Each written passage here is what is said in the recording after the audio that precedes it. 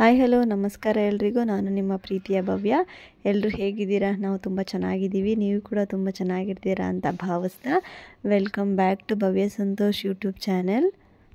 ಇವತ್ತು ಬಂದು ಶುಕ್ರವಾರ ಬೆಳಿಗ್ಗೆಯಿಂದ ನಾನು ವ್ಲಾಗ್ನ ಶುರು ಮಾಡ್ತಾ ಇದ್ದೀನಿ. ಬೆಳಿಗ್ಗೆ ಅಂದರೆ ಆಲ್ಮೋಸ್ಟ್ ಈಗ ಒಂದು 9:30 ಆಗಿತ್ತು. ಅಂದರೆ ಇವತ್ತು ಅಪ್ಪನ ಸ್ಕೂಲಿಗೆ ಕಳಿಸಿ ನೆಕ್ಸ್ಟ್ ಆಮೇಲಿಂದ ಎಲ್ಲ ಕೆಲಸಗಳನ್ನ ಮಾಡೋದಕ್ಕೆ ಶುರು ಮಾಡಿಕೊಂಡೆ. ಅಂದರೆ ಇವತ್ತು ಸ್ವಲ್ಪ ದೇವಸ್ಥಾನಕ್ಕೆ ಹೋಗೋಣ ಅಂತ ಅನ್ಕೊತಾ ಇದ್ದೆ. ಅದಕ್ಕೋಸ್ಕರ ಬೇಗ ತಿಂಡಿ ಎಲ್ಲ ಮಾಡಿ ಅಪ್ಪನ ರೆಡಿ ಮಾಡಿ ಅವನಿಗೆ ಸ್ಕೂಲಿಗೆ ಕಳಿಸಿದಾದ್ಮೇಲೆ ನಾನು ಫ್ರೆಶ್ ಅಪ್ ಆಗಿ ದೇವ್ರ ಪೂಜೆ ಎಲ್ಲ ಮಾಡ್ಕೊತಾ ಇದ್ದೀನಿ. ಪೂಜೆ ಎಲ್ಲ ಮುಗ್ದಿದ್ದಾದಮೇಲೆ ದೇವಸ್ಥಾನಕ್ಕೆ ಹೋಗಿ ಬರೋಣ ಅಂತ ಅಂದ್ಕೊಂಡಿದ್ದೀನಿ. ಗೊತ್ತಿಲ್ಲ, ನೋಡ್ಬೇಕು ಏನಾಗುತ್ತೆ. ಮಳೆ ಬೇರೆ ಬರ್ತಿದೆ. ಹಾಗಾಗಿ ನಾನು ಕೂಡ ಪೂಜೆ ಕೆಲಸ ಎಲ್ಲ ಮುಗಿಸ್ಕೊತಾ ಇದ್ದೀನಿ. ನನ್ನ ಹಸ್ಬೆಂಡು ಕೂಡ ಸ್ನಾನಕ್ಕೆ ಹೋಗಿದ್ದರು. ಅವ್ರು ಬರೋದ್ರೊಳಗೆ ಪೂಜೆಗೆಲ್ಲ ರೆಡಿ ಮಾಡಿಟ್ಕೊಂಡ್ರೆ ಅವರು ಸ್ನಾನ ಮುಗಿಸ್ಕೊಂಡು ಬಂದು ಅವರೇ ದೀಪ ಎಲ್ಲ ಹಚ್ಚಿ ಪೂಜೆ ಮಾಡ್ತಾರೆ. ನಾನು ಇತ್ತೀಚೆಗೆ ಜಾಸ್ತಿ ದೀಪ ಎಲ್ಲ ನನ್ನ ಹಸ್ಬೆಂಡ್ ಕೈಯಲ್ಲೇ ಹಚ್ಚಿಸ್ತೀನಿ. ಯಾಕಂದರೆ ಮನೆಯಲ್ಲಿ ಗಂಡು ಮಕ್ಕಳು ಪೂಜೆ ಮಾಡೋದ್ರಿಂದ ಜಾಸ್ತಿ ಒಂಥರ ಪಾಸಿಟಿವಿಟಿ ಇರುತ್ತಂತೆ. ಅಂದರೆ ಹೆಣ್ಮಕ್ಳು ಮಾಡಬಾರ್ದು ಅಂತಲ್ಲ, ಮನೆಯಲ್ಲಿ ಹೆಣ್ಮಕ್ಳು ಪೂಜೆ ಮಾಡೋದಕ್ಕಿಂತ ಗಂಡು ಮಕ್ಕಳು ಪೂಜೆ ಮಾಡೋದ್ರಲ್ಲಿ ಒಂಥರ ಶ್ರೇಷ್ಠ ಅಂತೆ.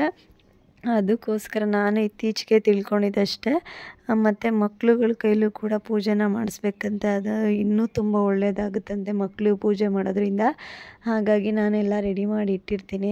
ಆಮೇಲೆ ಬಂದು ನನ್ನ ಹಸ್ಬೆಂಡು ಖಾಲಿ ದೀಪನ ಹಚ್ಚಿ ಪೂಜೆನ ಮಾಡ್ತಾರೆ. ಆಮೇಲೆ ನಾನು ಕೂಡ ಪೂಜೆ ಮಾಡ್ತೀನಿ. ಯಾವಾಗಲೂ ಇದೇ ಥರ ಇರುತ್ತೆ ಅಂತಲ್ಲ, ಎಲ್ಲನೂ ರೆಡಿ ಆಗಿದ್ದರೆ ಅವರು ಕೂಡ ಆಫೀಸ್ಗೇನೂ ಹೋಗಿರಲಿಲ್ಲ ಅಂತ ಅಂದರೆ ಈ ಥರ ಮಾಡ್ಕೊತೀನಿ. ಇಲ್ಲ ಅಂದರೆ ಸ್ವಲ್ಪ ಲೇಟಾಗಿ ಏನಾದರೂ ರೆಡಿ ಮಾಡಿಕೊಂಡ್ರೆ ನಾನು ಫ್ರೆಶ್ ಅಪ್ ಆಗಿ ಮನೆ ಕೆಲಸ ಎಲ್ಲ ಸ್ವಲ್ಪ ಲೇಟಾಗಿತ್ತು ಅಂದರೆ ನಾನೇ ದೀಪ ಹಚ್ಚಿ ಪೂಜೆನ ಮಾಡಿಬಿಡ್ತೀನಿ. ಇವತ್ತು ಎಲ್ಲ ಒಟ್ಟಿಗೆ ಮಾಡ್ತಿದ್ವಲ್ಲ, ಅದಕ್ಕೋಸ್ಕರ ಅವರೇ ದೀಪ ಹಚ್ಚಲಿ ಅಂತ ಹೇಳಿ ನಾನು ಎಲ್ಲ ರೆಡಿ ಮಾಡಿಟ್ಟು ನೆಕ್ಸ್ಟು ತಿಂಡಿ ಹಾಕ್ಕೊಡೋಣ, ದೋಸೆ ಹಾಕ್ಕೊಡೋಣ ಅಂತ ಹೋದೆ. ಅಷ್ಟರಲ್ಲಿ ಅವರು ಬಂದು ಪೂಜೆ ಎಲ್ಲ ಮಾಡಿದ್ರು. ನಾನು ಕೂಡ ಆಮೇಲೆ ದೋಸೆ ಎಲ್ಲ ಹಾಕಿಟ್ಟು ಆಮೇಲೆ ಬಂದು ನಾನು ಕೂಡ ಪೂಜೆನ ಮಾಡಿದೆ. ಮತ್ತು ನಾನು ಬಾಗಿಲಿಗೆ ತುಳಸಿ ಗಿಡಕ್ಕೆಲ್ಲ ಡೈಲಿ ರಂಗೋಲಿನ ಹಾಕೋದಕ್ಕೆ ಹೋಗೋದಿಲ್ಲ. ಯಾಕಂದರೆ ಮಕ್ಕಳಿರೋದ್ರಿಂದ ತುಳ್ಕೊಂಡು ಮನೆ ಒಳಗಡೆ ಬರ್ತಾ ಇರ್ತಾರೆ. ಬೇಗನೆ ಗಲೀಜಾಗಿಬಿಡುತ್ತೆ ಮತ್ತು ಅದು ಬೇಗ ಕೆಟ್ಟೋಗ್ಬಿಡುತ್ತೆ ರಂಗೋಲಿ. ಹಾಗಾಗಿ ಡೈಲಿ ಹಾಕೋದಕ್ಕೆ ಹೋಗೋದಿಲ್ಲ. ಈ ಥರ ವಾರದಿನ ಶುಕ್ರವಾರ ಇಲ್ಲ ಸೋಮವಾರ ಈ ಥರ ದಿನಗಳಲ್ಲಿ ನಾನು ರಂಗೋಲಿನ ಹಾಕ್ಕೊತೀನಿ. ಎಲ್ಲ ಕೆಲಸ ಎಲ್ಲ ಮುಗ್ದಿದ್ದಾದಮೇಲೆ ಈಗ ನಾನು ಕೂಡ ಪೂಜೆನ ಮಾಡ್ಕೊತಾ ಇದ್ದೀನಿ. ಪೂಜೆ ಕೆಲಸ ಒಂದು ಮುಗಿದ್ರೆ ಒಂಥರ ಮನಸ್ಸಿಗೆ ಒಂಥರ ನೆಮ್ಮದಿ, ಕೂಲ್ ಅಂತ ಅನಿಸ್ತಾ ಇರುತ್ತೆ. ಒಂಥರ ಶಾಂತವಾಗಿ ಕಾಮಾಗಿರುತ್ತೆ ಆ ದಿನ ಎಲ್ಲ ಅಂತಲೇ ಹೇಳ್ಬೋದು. ನನಗೂ ಕೂಡ ಇವತ್ತು ಅದೇ ಥರ ಫೀಲ್ ಆಯಿತು. ಇವತ್ತು ಬೇರೆ ಆಷಾಢ ಶುಕ್ರವಾರ ಇತ್ತು. ಹಾಗಾಗಿ ಶುಕ್ರವಾರ ತುಂಬ ಚೆನ್ನಾಗಿ ಪೂಜೆನ ಮಾಡಿದೆ. ಮನಸ್ಸಿಗೆ ಒಂಥರ ಪೂಜೆ ಎಲ್ಲ ಮುಗ್ದಿದ್ದಾದ್ಮೇಲೆ ಕಾಮಾಗಿ ಎಷ್ಟು ಶಾಂತವಾಗಿ ಫೀಲ್ ಆಗ್ತಾಯಿತ್ತು ಅಂದರೆ ಪಾಸಿಟಿವಿಟಿ ಅಂತಾರಲ್ಲ ಆ ಥರ ಫೀಲ್ ಆಗ್ತಾಯಿತ್ತು.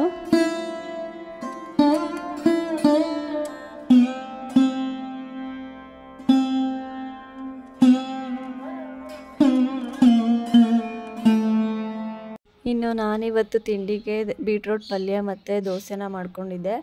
ನನ್ನ ಹಸ್ಬೆಂಡು ಕೂಡ ಪೂಜೆ ಎಲ್ಲ ಮುಗ್ದಿದ್ದಾದಮೇಲೆ ತಿಂಡಿ ತಿಂದ್ಕೊಂಡು ಅವರು ಕೆಲ್ಸಕ್ಕೆ ಹೋದರು. ಈಗ ನಾನು ಮತ್ತು ಚೆರಿ ಇಬ್ಬರೂ ಒಟ್ಟಿಗೆ ತಿಂಡಿನ ಮಾಡ್ತಾಯಿದ್ದೀವಿ. ಇನ್ನು ಚೆರಿಗಂತೂ ಈ ಥರ ಇಡ್ಲಿ, ದೋಸೆ, ಚಪಾತಿ ಈ ಥರ ತಿಂಡಿ ಎಲ್ಲ ಇಷ್ಟ ಆಗುತ್ತೆ. ನಾನೇನು ಬಲವಂತ ಮಾಡೋದೇನು ಬೇಕಾಗಿಲ್ಲ, ಅವಳೇ ಇಷ್ಟಪಟ್ಟು ತಿನ್ಕೋತಾಳೆ. ಹಾಗಾಗಿ ನಾನು ಅವಳಿಗೆ ಕೈಗೆ ಸ್ವಲ್ಪ ಕೊಡ್ತಾ ನಾನು ಕೂಡ ತಿಂತಾ ಟಿಫನ್ನ ಮುಗಿಸ್ಕೊಂಡ್ವಿ. ಅಷ್ಟೊತ್ತಿಗಾಗಲೇ ಮಳೆ ತುಂಬ ಜಾಸ್ತಿ ಮಳೆ ಬರ್ತಿತ್ತು. ನನ್ನ ಹಸ್ಬೆಂಡು ರೈನ್ ಕೋಟ್ನ ಹಾಕ್ಕೊಂಡು ಆಫೀಸ್ಗೆ ಹೋದರು. ಮಳೆ ಅಂತೂ ಇವತ್ತು ಬೆಳಿಗ್ಗೆಯಿಂದನೇ ಶುರುವಾಗಿತ್ತು. ಅಪ್ಪು ಸ್ಕೂಲ್ಗೆ ಹೋಗೋಕ್ಕೆ ಮುಂಚೆಯಿಂದನೇ ಶುರುವಾಗಿತ್ತು. ತಿಂಡಿ ಎಲ್ಲ ಮುಗೀತು, ದೇವ್ರ ಪೂಜೆ ಎಲ್ಲ ಮುಗಿಸಿ ತಿಂಡಿನೂ ಮುಗಿಸಿ ಈಗ ಚೆರಿ ಮಲ್ಕೊತಾ ಇದ್ದಾಳೆ. ಮಲ್ಕೊತಾಳ, ನಿದ್ದೆ ಬಂದರೆ ನಾನು ಮಲ್ಸ್ಕೋದೇನು ಬೇಡ, ಅವಳೇ ಮಲ್ಕೊಬಿಡ್ತಾಳೆ. ಇವತ್ತು ದೇವಸ್ಥಾನಕ್ಕೆ ಹೋಗೋಣ ಅಂತ ಹೇಳಿ ಬೇಗ ಎಲ್ಲ ಕೆಲಸ ಮಾಡ್ಕೊಂಡು ರೆಡಿ ಆದೆ. ಆದರೆ ಏನು ಮಾಡೋದು, ಮಳೆ ಬರ್ತಿದೆ, ತುಂಬಾ ಮಳೆ ಬರ್ತಿದೆ, ನೋಡ್ತಾ ಇರ್ಬೋದು. ಮಳೆಯಲ್ಲಿ ಬೈಕಲ್ಲಿ ಚರಿನೂ ಕರ್ಕೊಂಡು ದೇವಸ್ಥಾನಕ್ಕೆ ಹೋಗೋದಕ್ಕೆ ಕಷ್ಟ ಆಗುತ್ತೆ. ಮಳೆ ಇರಲಿಲ್ಲ ಅಂದಿದ್ರೆ ಕರ್ಕೊಂಡು ಹೋಗ್ತಿದ್ರು. ಮಳೆ ಜಾಸ್ತಿ ಬರ್ತಿತ್ತಲ್ಲ, ಸೊ ಅದಕ್ಕೆ ಹೋಗಲಿ ಬಿಡು, ನೆಕ್ಸ್ಟ್ ಟೈಮ್ ಇನ್ನೊಂದ್ಸರಿ ಯಾವಾಗಲಾದರೂ ಹೋಗೋಣ ಅಂತೇಳಿ. ಇವತ್ತು ಶುಕ್ರವಾರ, ಅದರಲ್ಲೂ ಆಷಾಢದ ಸೆಕೆಂಡ್ನೇ ಶುಕ್ರವಾರ, 2ನೇ ಶುಕ್ರವಾರ. ಲಾಸ್ಟ್ ವೀಕ್ ಕೂಡ ಹೋಗೋಕ್ಕಾಗಿಲ್ಲ, ನನಗೆ ಸ್ವಲ್ಪ ಹುಷಾರಿಲ್ಲ ಅಂತೇಳಿ ಹೋಗೋದಕ್ಕಾಗಿರಲಿಲ್ಲ. ಈ ವಾರನಾದರೂ ಕರ್ಕೊಂಡು ಹೋಗೋಣ ದೇವಸ್ಥಾನಕ್ಕೆ ಅಂತ ಬನ್ನಿ, ಕರ್ಕೊಂಡು ಹೋಗಿ ಬನ್ನಿ ಅಂತ ನನ್ನ ಹಸ್ಬೆಂಡ್ಗೆ ಹೇಳಿದೆ. ಅವರು ಕರ್ಕೊಂಡು ಹೋಗೋದಕ್ಕೆ ರೆಡಿ ಇದ್ರು ಪಾಪ, ಬಟ್ ಮಳೆ ಬರ್ತಿದೆ, ಹೇಗೆ ಹೋಗೋಕ್ಕಾಗುತ್ತೆ. ಸ್ವಲ್ಪ ಬರ್ತಿಲ್ಲ, ಜಾಸ್ತಿನೇ ಬರ್ತಾಯಿದೆ. ಫೋನಲ್ಲಿ ಕಾಣ್ತಿಲ್ಲ ಅನಿಸುತ್ತೆ, ಜಾಸ್ತಿನೇ ಮಳೆ ಬರ್ತಾಯಿದೆ. ಅಪ್ಪು ಹೇಗೋ ಸ್ಕೂಲ್ಗೆ ಹೋಗಿದ್ದ, ಸರಿನ ಕರ್ಕೊಂಡು ಹೋದ್ರು ಕೂಡ ಅವಳಿಗೂ ರಾತ್ರಿ ಲೈಟಾಗೆ ಮೈ ಬಿಸಿ ಇತ್ತು. ಸೊ ಯಾಕೆ ಸುಮ್ಮನೆ ಮಳೆಯಲ್ಲೆಲ್ಲ ನೆನೆಸಿ ತಿರ್ಗಾ ಜೋರಾಗಿರೋ ಬಂದರೆ ಏನು ಮಾಡೋದು ಅಂತೇಳಿ ನೆಕ್ಸ್ಟ್ ಟೈಮ್ ಯಾವಾಗಲಾದರೂ ಮಳೆ ಇಲ್ಲ ಅಂದಾಗ ಹೋಗೋಣ ಅಂತೇಳಿ ಸುಮ್ಮನೆ ಆದ್ವಿ. ಸರಿ ಅಂತೇಳಿ ಮನೆಯಲ್ಲೇ ಪೂಜೆ ಎಲ್ಲ ಮುಗಿದಿತ್ತು. ತಿಂಡಿ ಹಾಕ್ಕೊಟ್ಟು ಅವ್ರಿಗೂ ನಾನು ತಿಂಡಿ ಎಲ್ಲ ಮುಗಿಸಿ ಇವಾಗ ಬಂದಿದ್ದೀನಿ. ಚರಿ ಮಲ್ಕೋತಾ ಇದ್ದಾಳೆ. ಈಗ ಅಡುಗೆ ಏನಾದರೂ ರೆಡಿ ಮಾಡಬೇಕು ಮಧ್ಯಾಹ್ನದ ಊಟಕ್ಕೆ. ಅಪ್ಪನ್ನ ಬೇರೆ ಕರ್ಕೊಂಡು ಬರೋದಕ್ಕೆ ನಾನೇ ಹೋಗಬೇಕಾಗುತ್ತೆ, ಏನೋ ಗೊತ್ತಿಲ್ಲ. ನೋಡ್ತೀನಿ, ಫೋನ್ ಮಾಡ್ತೀನಿ, ಕೆಲಸ ಇದ್ದರೆ ನೀನೇ ಹೋಗುವಂತೆ, ಇಲ್ಲಾಂದರೆ ನಾನೇ ಬರ್ತೀನಿ ಅಂತ ಹೇಳಿ ಹೋಗಿದ್ದಾರೆ. ನೋಡಬೇಕು, ಫೋನ್ ಏನಾದರೂ ಮಾಡಿದ್ರೆ ನಾನೇ ರೈನ್ ಕೋಟು ಮತ್ತು ಕೊಡೆ ಎಲ್ಲ ತಗೊಂಡೋಗಿ ಕರ್ಕೊಂಡು ಬರಬೇಕಾಗುತ್ತೆ. ಇಲ್ಲಿನ ಮಳೆ ಹೀಗೇನೆ ನೋಡಿ. ಇಲ್ಲಿ ಬೆಳಿಗ್ಗೆ ನಾನು ಬಿಟ್ಟಿದ್ದ ರಂಗೋಲಿ ಎಲ್ಲ ಮಳೆ ಬಂದು ಎಲ್ಲ ಇದಾಗ್ಬಿಟ್ಟಿದೆ. ಪೂರ್ತಿ ಬಾಲ್ಕನಿ ಎಲ್ಲ ಬಂದ್ಬಿಡುತ್ತೆ. ನೀವು ನೋಡಿ, ಪಾಟಿಂದ ಮಣ್ಣೆಲ್ಲ ಬಾಲ್ಕನಿಗೆ ಹಾರ್ಬಿಡುತ್ತೆ. ಬೆಳಿಗ್ಗೆ ಎಲ್ಲ ನೀಟಾಗಿ ಕ್ಲೀನ್ ಮಾಡಿದೆ ನಾನು. ಒಂದೇ ಸರಿ ಆಮೇಲೆ ಮಳೆ ಕಮ್ಮಿ ಆದಮೇಲೆ ಒಂದ್ಸತಿ ಒರೆಸ್ಕೊತೀನಿ, ಏನು ಮಾಡೋಕ್ಕಾಗಲ್ಲ. ಬರ್ತಾನೆ ಇರುತ್ತೆ, ಕ್ಲೀನ್ ಮಾಡ್ತಾ ಇದ್ರೆ ಮತ್ತೆ ಮಳೆ ಬಂದಾಗ ಬರ್ತಾನೆ ಇರುತ್ತೆ, ಆ ಥರ ಗಲೀಜು ಆಗ್ತಾನೆ ಇರುತ್ತೆ.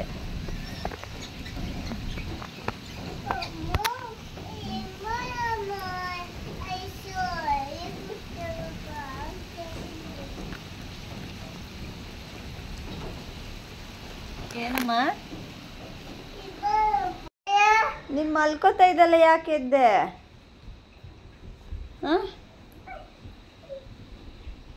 ಮಲ್ಕೋತೀಯಾ? ತಿರುಗಿ ಕಡೆ ನೀನೇ ಮಲ್ಕೋತೀಯ? ಮಲ್ಗಿಸ್ಕೊಡ್ಲಾ? ಅಲ್ಲಿ ಮಲ್ಕೊ ನೋಡಿ ಒಳಗಡೆ. ಇಲ್ಲಿ ಸೊಳ್ಳೆ ಇಲ್ಲಿ ಸೋಫಾ ಮೇಲೆ ಸೊಳ್ಳೆ ಕಚ್ತವೆ. ರೂಮಲ್ಲಿ ಮಲ್ಕೋಗು. ಮಲ್ಕೋತೀಯಾ ನೀನೇ? ನಾನು ಅಡುಗೆ ಮಾಡ್ಲಾ ಮತ್ತೆ?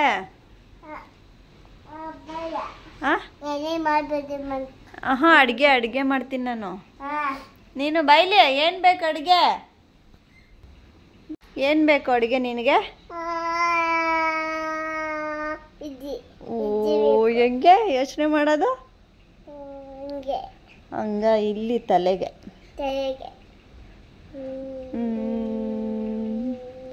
ಏನು ಫ್ಲಶ್ ಆಯಿತು? ಇಡ್ಲಿ ಬಾಯ್ಲಿ. ದೋಸೆ ತಿಂದಲ್ಲ ಬೆಳಗ್ಗೆ ತಾನೇ ಚರಿಮಾ? ಜೋಗಲ್ಲೇ ನೋಡ್ಬೋದು ಹಾಕ್ಸ್ಕೊಂಡಿದ್ದಾರೆ. ಇಬ್ಬರು ಕಿತ್ತಾಡ್ತಾರೆ. ಒಬ್ಬರೇ ಇದ್ದಾಗ ಆಡೋದೇ ಇಲ್ಲ, ಅದು ಸುಮ್ಮನೆ ಹಾಗೆ ಇರುತ್ತೆ. ಇಬ್ಬರು ಏನಾದರೂ ಇದ್ರು ಅಂದರೆ ಕಿತ್ತಾಡ್ತಾ ಇರೋದೆ. ನನಗೆ ಬೇಕು ಜೋಗಲೆ, ನನಗೆ ಬೇಕು ಜೋಗಲೆ. ಚರಿಮಾ ಬಾಯ್ಲಿ, ಜೋಗಲೆ ಆಡ್ಬಾ. ಹಾಂ ಬಾಯ್ಲಿ, ಇವಾಗ ಮಲ್ಕೋಬೇಡ. ಇನ್ನು 1 ಅವರ್ ಅಪ್ಪು ಬಂದಮೇಲೆ ಇಬ್ಬರು ಮಲ್ಕೊಳ್ಳೋರಂತೆ. ಬಾಯ್ಲಿ. ಬಾ, ಜೋಗಲೆ ಆಡ್ಬಾ. ಅಣ್ಣ ಇದ್ದಾಗ ಕಿತ್ತಾಡ್ತಿ. ನನಗೆ ಜೋಗಲೆ ಇಸ್ಕೊಡ್ಬಾ ಅಮ್ಮ, ಜೋಗಲೆ ಇಸ್ಕೊಡ್ಬಾ ಅಮ್ಮ ಅಂತ ಬಡ್ಕೋತ್ಯಾ? ಇವಾಗ ಆಡು. ನಿದ್ದೆ ಬತ್ತಾದ ಇಲ್ವಾ ಹೇಳು? ನಿನ್ನ ಕಾಲು ಚೈನ್ ಯಾಕೆ ತೆಗ್ಸ್ಬಿಟ್ಟಲ್ಲ? ಹಾಕೊಡ್ಲಾ?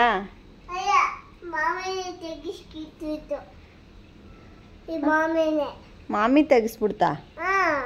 ನೀನೇ ಹೇಳ್ದೆ ಅಮ್ಮ ತೆಗಿ ಅಂದ್ಬಿಟ್ಟು ನನ್ನ ಕೈಲಿ ತೆಗಿಸ್ತಲ್ಲ ನೀನೆ. ಹಾಕೊಡ್ಲಾ? ಹಾಂ ಹೋಗ್ಲಿ ಬಿಡು, ಇವಾಗ ಹಾಕೊಡ್ಲಾ?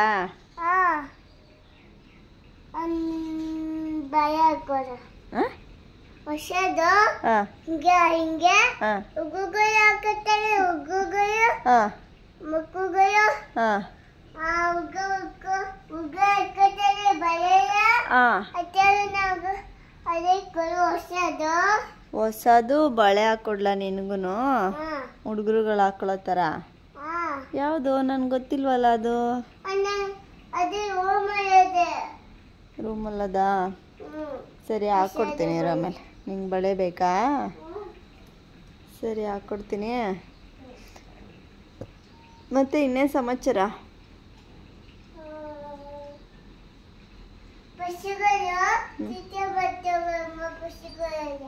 ತೀಟೆ ಮಾಡ್ತಾವಾ ನೀನು? ಕಣಮ್ಮ, ನೀನು ಗುಡ್ ಗರ್ಲ್, ತೀಟೆನೇ ಮಾಡಲ್ಲ ನೀನು. ಪಕ್ಷಿಗಳು ಮಾತ್ರ ತೀಟೆ ಮಾಡ್ತಾವಲ್ಲ? ಜಾಣೆ ಮರಿ ನೀನು, ಜಾಣೆ. ಒಂದು ಸಾಂಗ್ ಅಂತ ಹೇಳ್ಬಿಡು. ಹಾಂ, ಮೂಕನಾಗಬೇಕು ಹೇಳು. ಹಾಂ ಹೇಳಾಯ್ತು, ಜೋರಾಗಿ ಹೇಳು, ಕೇಳಿಸಲ್ಲ.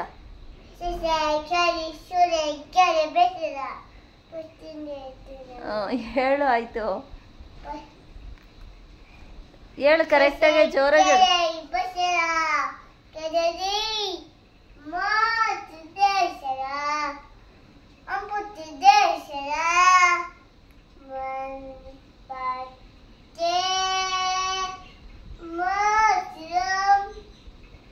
ಒಂದೇ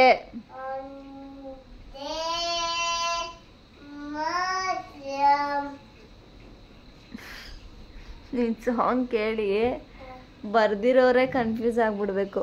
ನಾನು ಈ ಥರನ ಬರ್ದಿರ್ದಿದ್ದು ಈ ಸಾಂಗ್ನ ಅಂತ. ಹಾಂ, ಫೋನಲ್ಲಿ ನೋಡಿದ್ದಾ? ಆಮೇಲೆ ಹಾಂ,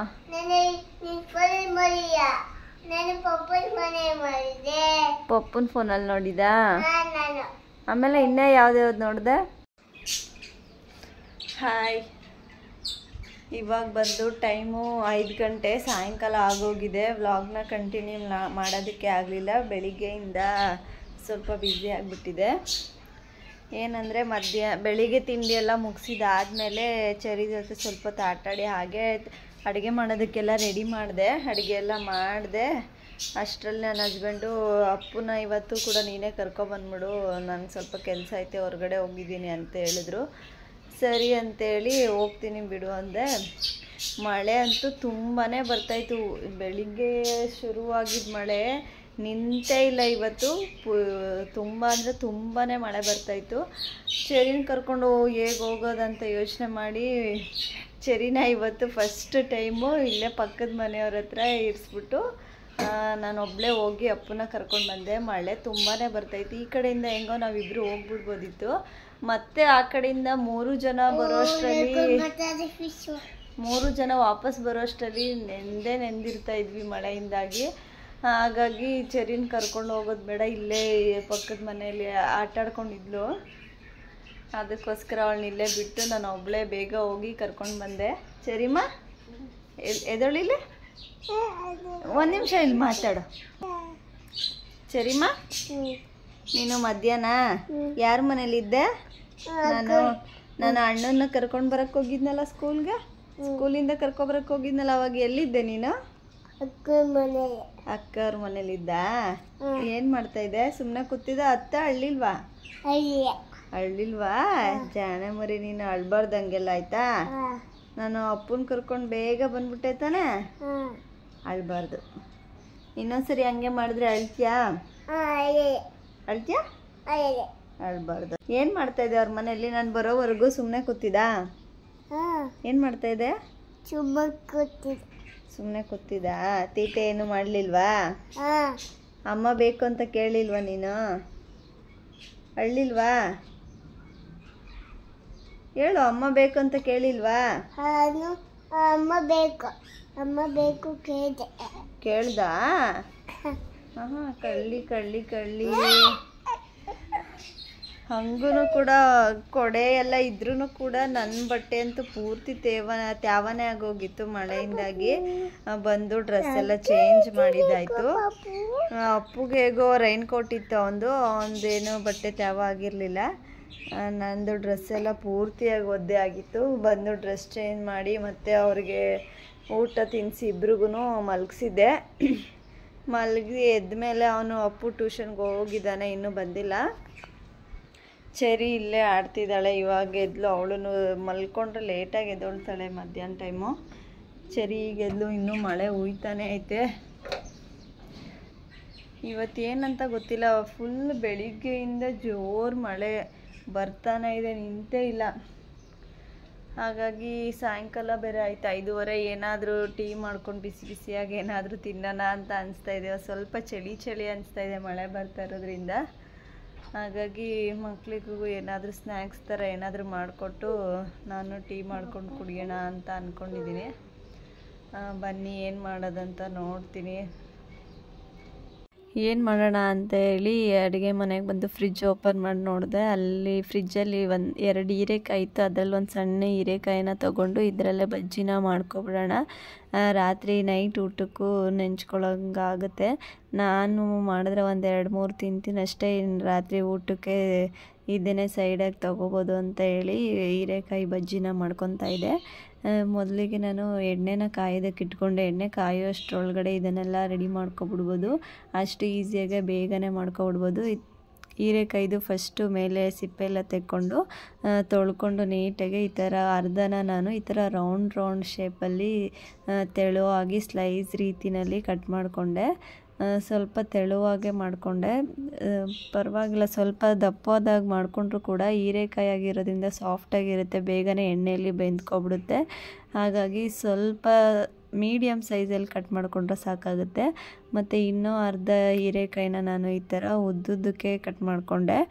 2 ಥರ ಇರಲಿ ಅಂತ ಹೇಳಿ. ಬರೀ ರೌಂಡ್ ಶೇಪಲ್ಲೇ ಇದ್ದರೆ ಮಕ್ಕಳು ತಿಂತಾರಲ್ಲ, ಸ್ವಲ್ಪ ಈ ಥರ ಉದ್ದುದ್ದ ಇರೋ ಥರ ಕಟ್ ಮಾಡಿಕೊಂಡ್ರೆ ಅವರಿಗೂ ಇಷ್ಟ ಆಗುತ್ತೆ ಅಂತ ಹೇಳಿ ಒಂದು ಅರ್ಧನ ಈ ಥರ, ಒಂದು ಅರ್ಧ ಆ ಥರ ಕಟ್ ಮಾಡಿಕೊಂಡೆ.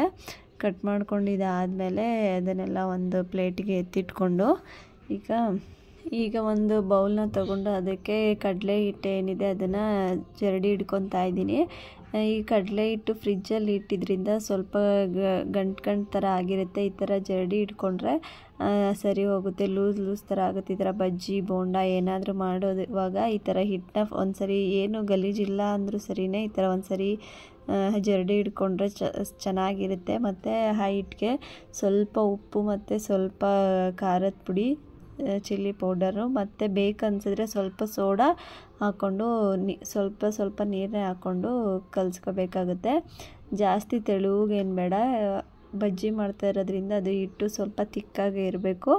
ಅದು ಹೀರೆಕಾಯಿಗೆ ಅಂಟ್ಕೊಳ್ಳೋ ರೀತಿಯಲ್ಲಿ ಸ್ವಲ್ಪ ಗಟ್ಟಿಯಾಗಿ ಈ ರೀತಿಯಾಗಿ ಜೆಲ್ಲಿ ಬರುತ್ತಲ್ಲ ಆ ಥರ ಆ ಕನ್ಸಿಸ್ಟೆನ್ಸಿಲಿ ಕಲಿಸ್ಕೊಂಡಿದ್ದಾದಮೇಲೆ ಅದಕ್ಕೆ ಸ್ವಲ್ಪ ಈ ಥರ ಕಾಯ್ದಿರೋಂಥ ಬಿಸಿ ಎಣ್ಣೆನ ಹಾಕ್ಕೊಂಡ್ರೆ ಸೋಡಾ ಹಾಕೋಂಥ ಅವಶ್ಯಕತೆನೇ ಇರೋದಿಲ್ಲ.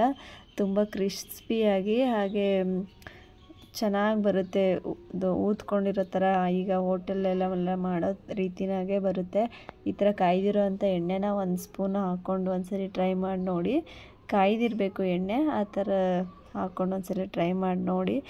ಎಲ್ಲ ಮಿಕ್ಸ್ ಮಾಡ್ಕೊಂಡಿದ್ದಾದಮೇಲೆ ಈಗ ಕಟ್ ಮಾಡಿ ಇಟ್ಕೊಂಡಿರೋಂಥ ಹೀರೆಕಾಯಿನೂ ಬೌಲ್ಗೆ ಹಾಕ್ಕೊಂಡು ಆ ಹಿಟ್ಟು ಏನು ಮಿಕ್ಸ್ ಮಾಡಿದ್ವಿ ಅದರೊಳಗಡೆ ಹಾಕಿ ನೀಟಾಗಿ ಒಂದ್ಸಲಿ ಕಲಿಸ್ಕೊಂಡು ಈಗ ಒಂದೊಂದನ್ನೇ ಎಣ್ಣೆಗೆ ಹಾಕ್ಕೊತಾ ಇದ್ದೀನಿ. ಮತ್ತು ಈ ಟೈಮಲ್ಲಿ ಗ್ಯಾಸ್ನ ನಾವು ಮೀಡಿಯಮ್ ಫ್ಲೇಮ್ನಲ್ಲೇ ಇಟ್ಕೋಬೇಕಾಗುತ್ತೆ. ಜಾಸ್ತಿ ಲೋ ಇಟ್ಕೊಂಡ್ರೆ ಅದು ಎಣ್ಣೆನೆಲ್ಲ ಜಾಸ್ತಿ ಹೀರ್ಕೊಬಿಡುತ್ತೆ ಅದು ಹೀರೆಕಾಯಿ.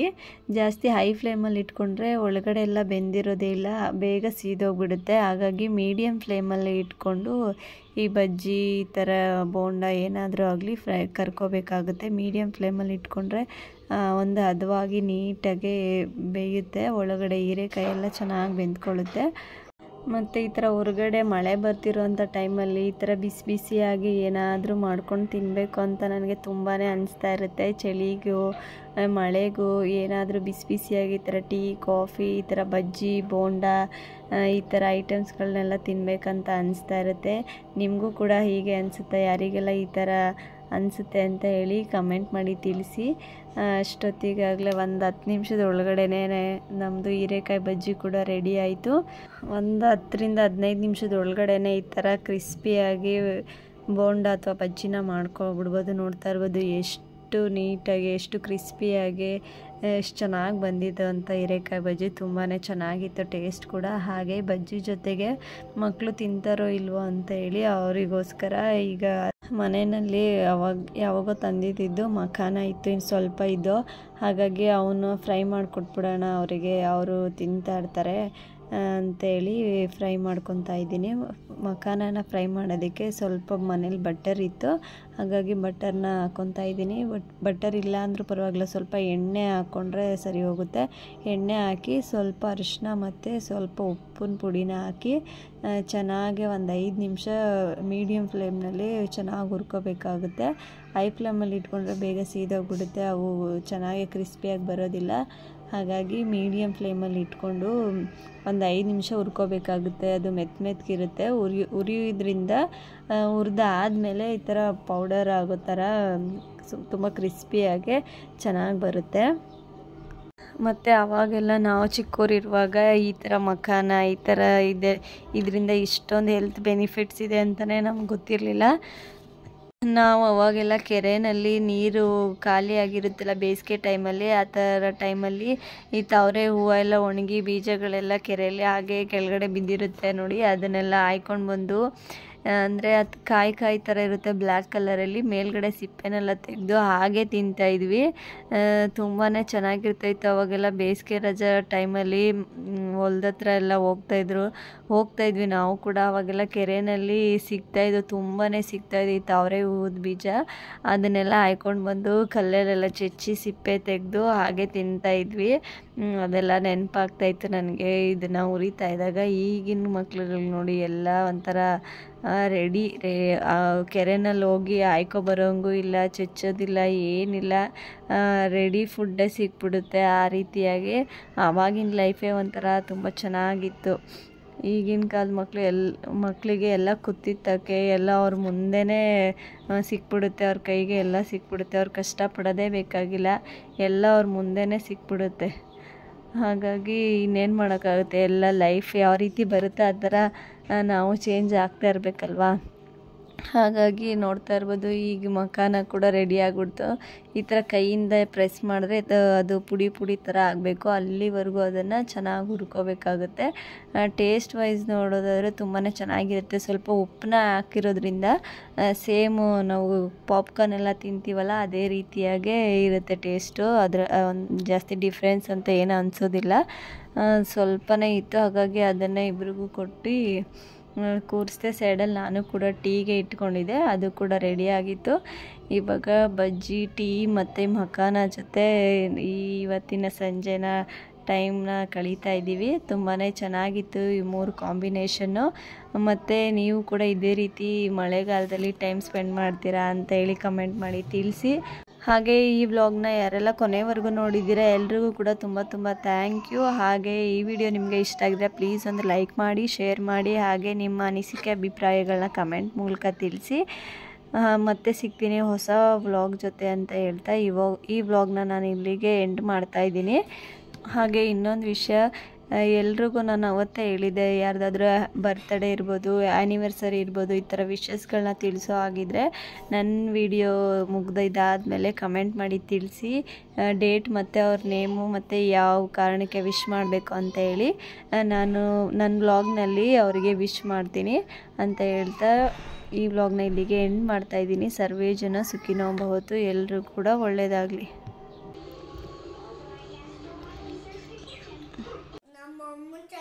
ಪ್ಲೀಸ್ ಲೈಕ್ ಮಾಡಿ, ಶೇರ್ ಮಾಡಿ, ಸಬ್ಸ್ಕ್ರೈಬ್ ಮಾಡಿಕೊಂಡು ಫಾಲೋ ಮಾಡಿ.